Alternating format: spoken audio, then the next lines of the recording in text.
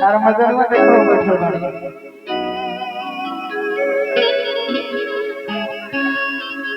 देखो मेरा भी बड़ी सुंदर बात है बात है। हाँ ये राजा जी गमना करा के रहुआ परदेश चल गई। हाँ अब परदेश से जब आई ये कौन खेला खेलता है पवन आज लेके हमें के कोडवा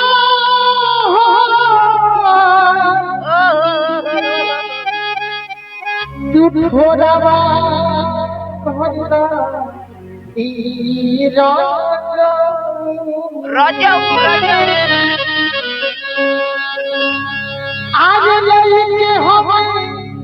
के कोडवा तू थोड़ावा भजदा ई राजा बाबा बोला तोड़ावा तोड़ावा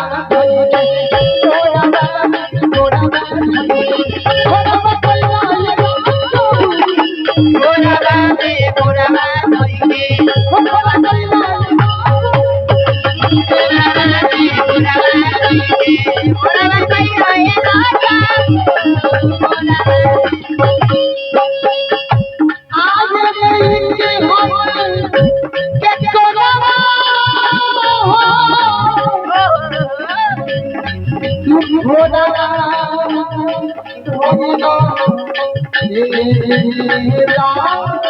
अरे दादा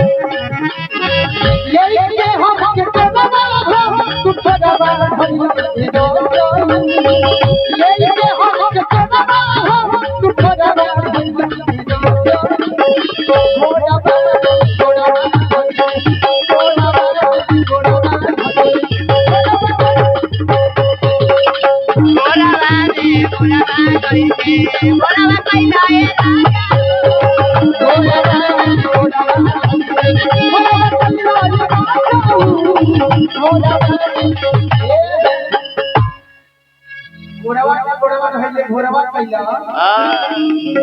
आई हो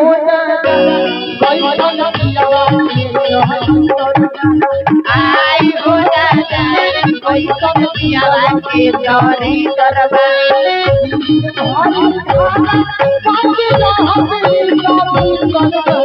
दिन भरा भरा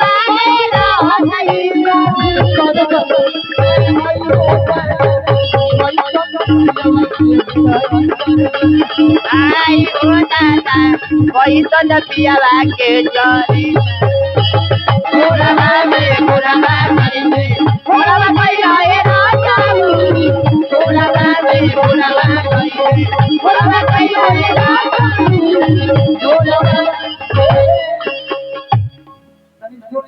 लोग का बोली का दिल न लगई हो होता हो जाए मेरा कहता लागे लागे खेला तुली खेल गइला खेल गइला अखियां आकर के लाए लाए खेल कमे खेल गइला बिना ऑर्डर के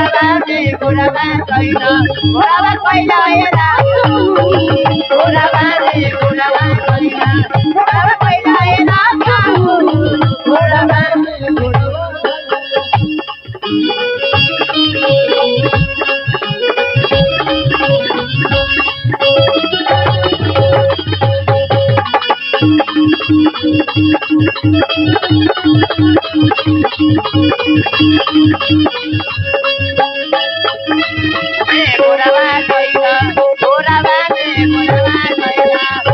कइला ए राजा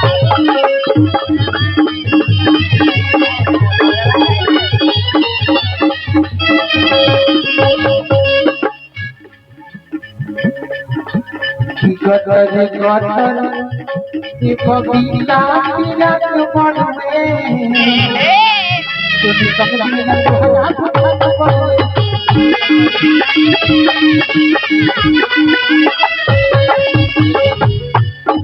गदर ये बबीता तिलक पड़वे तुझे कभी न तोहरा फटक पड़वे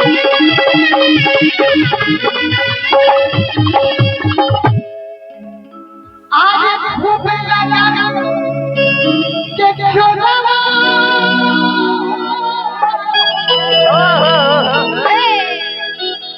तुझी छोड़वा बोलवा वाह वाह छोड़वा